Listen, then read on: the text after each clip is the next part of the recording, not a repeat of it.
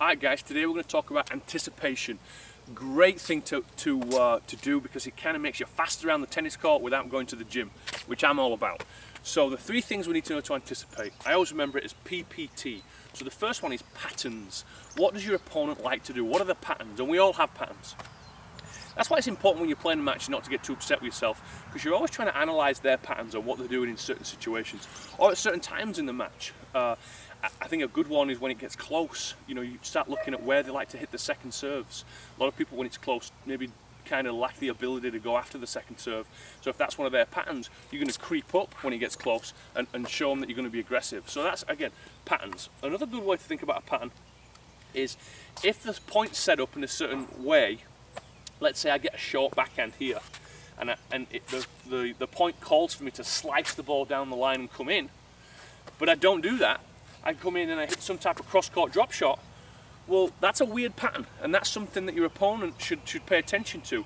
If I see someone that's playing, supposed to play a certain way, but then starts going real fancy, then I kind of expect them to be fancy for the whole match.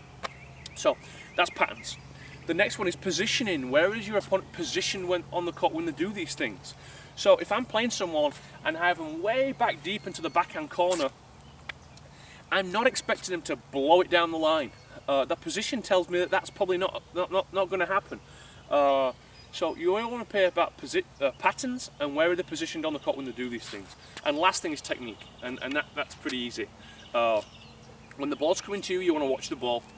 After you've hit the ball, you want to look up and you want to see what your opponent's trying to do with the racket. And so if I'm in the back corner here and I'm going back this way, like this, showing like I'm going to hit a slice, my opponent should be expecting a topspin angle because the racket is dictating that I'm not going to do that. So to anticipate, again, it's patterns. What does your opponent like to do? Positioning, where are they on the court when they do these things, and technique. So you think about those three things, and that should really help you out. My name's been Adam Wood.